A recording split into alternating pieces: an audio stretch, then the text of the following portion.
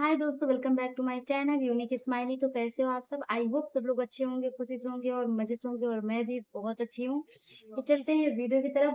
Video की original link आपको description में मिल जाएगी। वीडियो का टाइटल है बाबा सिद्दीकी वर्सेस लॉरेंस बिश्नोई। तो चलिए देखते हैं। एक्टर है, उसका काम था सभी आपने once upon a time in Mumbai movie तो देखी होगी। उसमें जो सुल्तान मिर्जा का कैरेक्टर है, उसका काम था सभी गैंगस्टर्स के बीच में सुलह करवाना। या फिर अगर आपको वास्तव फिल्म याद है तो उसमें भी एक सुलेमान भाई थे जिन्हें मांडवली किंग माना जाता था। और शायद आपको ये जान के हैरानी होगी कि ये जो कैरेक्टर्स हैं ये एक्चुअली अलेजिडली असली लोगों पर बेस्ड हैं। रिपोर्ट्स के मुताबिक अलेजिडली ये कहा जाता है कि ये रोल मुंबई में बाबा सिद्दीकी नाम के एक एक्स कांग्रेस लीडर ने संभाल रखा था, जिन्होंने शाहरुख खान और सलमान खान जैसे बड़े एक्टर्स के बीच में सुलह भी करवाई थी 2013 में। जिनकी इफ्तार पार्टीज कम अवार्ड फंक्शन ज्यादा माने जाते थे, जिनको हाल में ही दिन दहाड़े असैसिनेट कर दिया गया मुंबई में। और इस एक्शन के पीछे एक इतना शॉकिंग रीजन है जिसमें अपेरेंटली दाऊद इब्राहिम और लॉरेंस बिश्नोई जैसे गैंगस्टर्स भी इन्वॉल्व हैं। और हो सकता है कि बाबा सिद्दीकी की मौत में होने वाले इन्वेस्टिगेशन से बॉलीवुड के माफिया कनेक्शंस का सारा कच्चा चिट्ठा भी खुल सकता है। तो आइए आज के इंस्टेंट रिएक्शन वीडियो में देखते हैं कि बाबा सिद्दीकी कौन था और इनकी मौत से क्या बड़े बड़े सवाल मुंबई, बॉलीवुड और माफिया से जुड़े खड़े हुए हैं।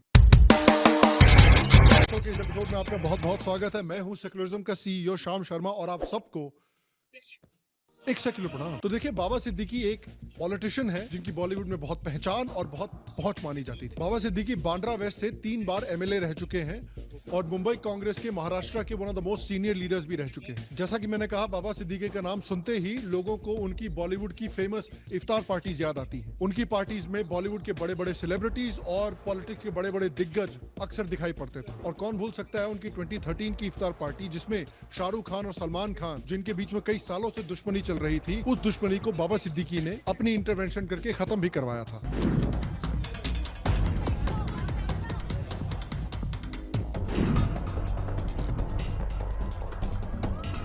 इस वक्त की बड़ी खबर मुंबई में बॉलीवुड से जुड़ी हुई। बॉलीवुड के 2 सुपरस्टार सलमान खान और शाहरुख खान आज गले मिले, हाथ मिलाया।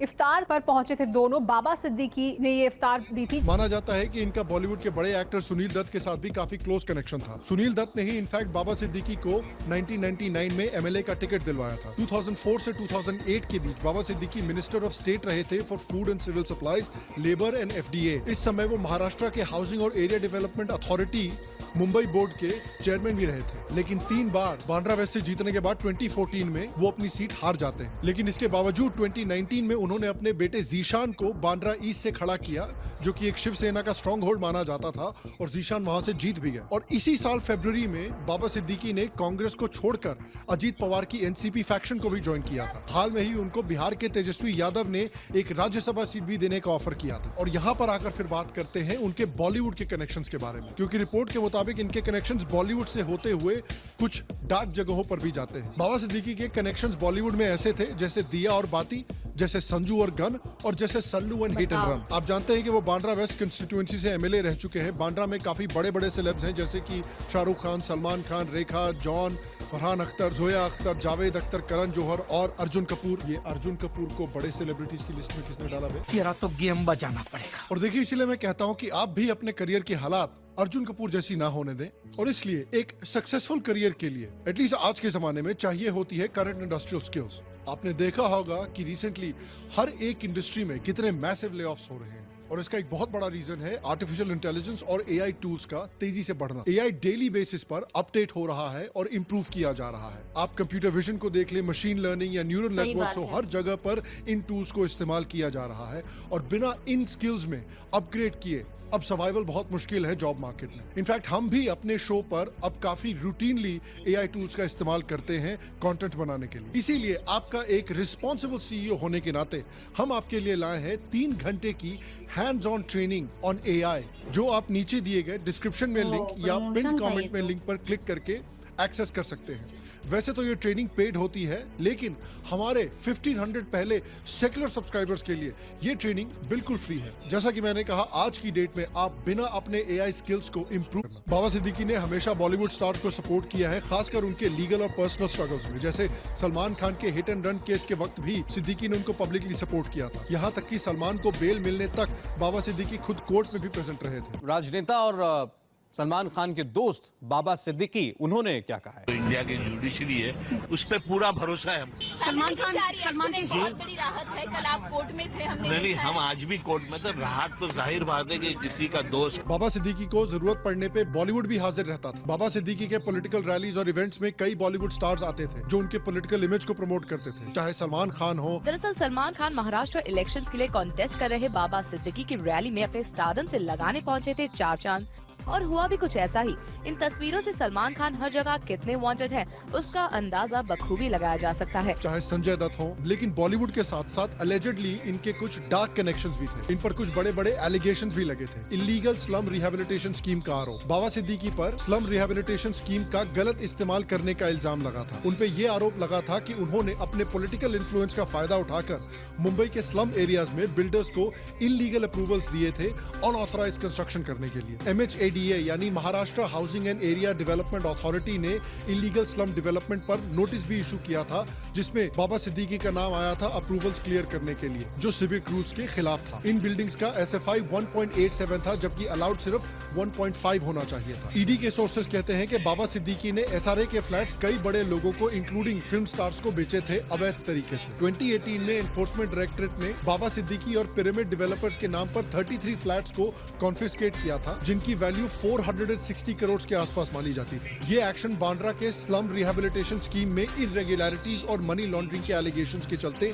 लिया गया था। और सिर्फ इतना ही नहीं, कुछ रिपोर्ट्स ये भी निकल कर आए हैं जो अलेजेडली कहते हैं कि बाबा सिद्दीकी का ऑर्गेनाइज्ड क्राइम से भी रिलेशन था। देखिए, मुंबई में ऑर्गेनाइज्ड क्राइम का जो बैकड्रॉप है उसकी शुरुआत लेट 1970s और अर्ली 1980s में हुई थी, जब 1982 के ग्रेट बॉम्बे टेक्सटाइल स्ट्राइक हुआ था, जिसके बाद वाइड स्प्रेड अनएम्प्लॉयमेंट आया था मिल्स के बंद होने से। और मुंबई देखिए एक इंडस्ट्रियल सेंटर से एक कमर्शियल हब में धीरे धीरे बदल गया था, और इस वजह से कई यंग लोगों में उस समय इकोनॉमिक अनसर्टेनिटी आई थी और अनएम्प्लॉयमेंट आई थी, जिस वजह से ये लोग लोकल गैंग्स की तरफ मुड़ गए अपनी सर्वाइवल के लिए। इसमें एक बड़ा नाम था दाऊद इब्राहिम का, जो कि सिर्फ एक गैंग मेंबर ही नहीं बल्कि एक आतंकी भी था, क्योंकि उसका नाम सबसे पहले आया था 1993 के मुंबई सीरियल ब्लास्ट में, जो अलेजेडली बाबरी मस्जिद गिरने के बाद बदले की तरह करवाया गया था मुंबई में। तो इन सब चीजों में बाबा सिद्दीकी का क्राइम गैंग से क्या रिलेशन है? अब देखिए, इसको समझने के लिए हमको इनके मर्डर कंस्पिरेसी को भी समझना पड़ेगा। तो विजयदशमी के दिन जब बाबा सिद्दीकी अपने बेटे के ऑफिस से आ रहे थे, तब उन पर 3 शूटर्स ने 5 राउंड फायर किए थे,